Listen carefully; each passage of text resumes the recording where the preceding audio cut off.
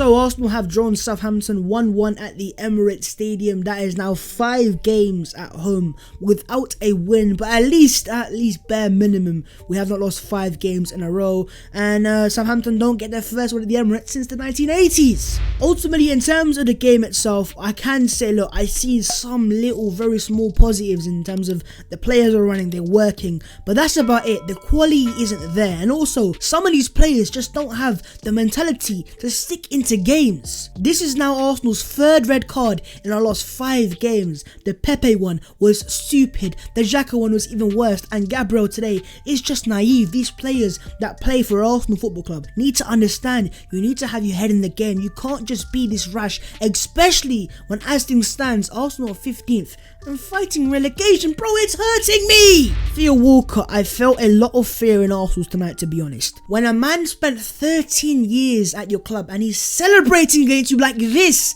how are we allowing this to happen? 2020, Theo Walcott, with all due respect, my guy, how is this happening? And again, it goes to show what we are doing right now. And Theo Walcott hit the nail on the head. Right now, these players will get the ball, but they fear to pass forwards. They fear to make things happen because ultimately, they don't want to lose the ball. They want to play it safe, and that's why we are so boring and so passive. Bukayo Saka tweeting, "You deserve more," fans, with a heartbroken emoji. This guy deserves so much more. This guy is 19 years of age, and the one moment of magic was provided by him today, taking on 3 players, taking responsibility. He's not the captain, he's not the experienced player, he's a youngster, he's the rookie, but he wanted the ball, he wanted to make things happen. And then when I look at our captain tweeting with the eyes emoji, with Gary Neville kind of saying, all strikers have spells without goals, the best don't let it affect them. Aubameyang is one of them, and now he scored the goal to floor again. Listen, Pierre Aubameyang, I love you, but right now, this is not what we need, bro. This is not the mentality right now. We're fighting relegation. You're the captain of the club. And funny enough,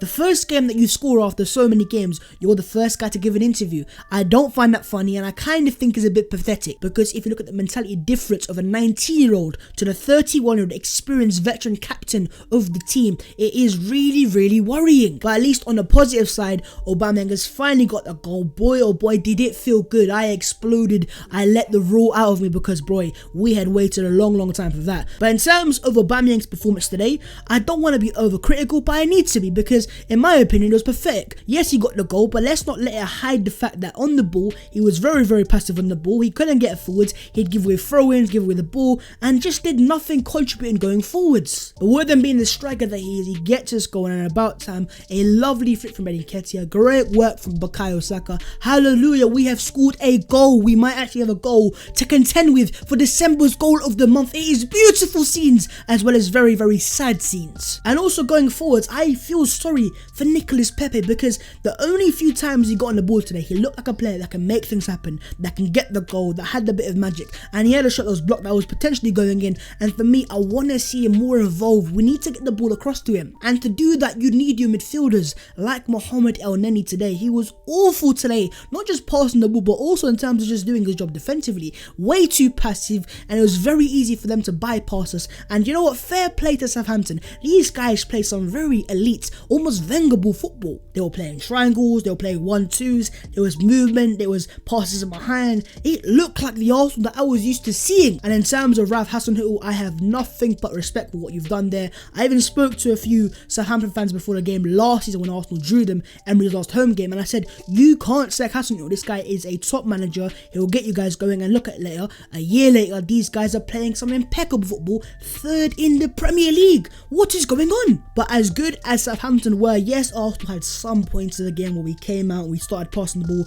making some chances, but ultimately again, the performance was not good enough. And in my point, sometimes it was embarrassing how easily Southampton were just playing around us. Now, make no mistake, these players are running, they're working hard in sorts, because in terms of stats, Arsenal, I think, are 4th ranked in distance covered, but it doesn't matter, because Sheffield United, who are bottom of the table, are ranked 2nd. You can work as hard as you can, but when you don't have the quality there, and you don't have the confidence, and you fail to pass the ball forwards, this is what's going to happen. We are not going to win games of football. Now, you've got a tweet here from a United fan, and Mark Goldbridge, I don't know why he's tweeting, but he's saying, so clear to a neutral that these Arsenal players are at fault. They should be playing way better than this. Embarrassment to the icons of their past. Now, in terms of what he's saying, that of course he's a neutral, so I kind of, in some parts, agree. These players right now are embarrassing, and sometimes I have to ask questions of them as well. But also with the manager again, what are we going to say about him today? I'm sure there are plenty guys in the the comments across social media are saying, listen, Mikel, it's time to go. We didn't get the loss today, but we still drew. We still hit one. And are we really going to win against Everton?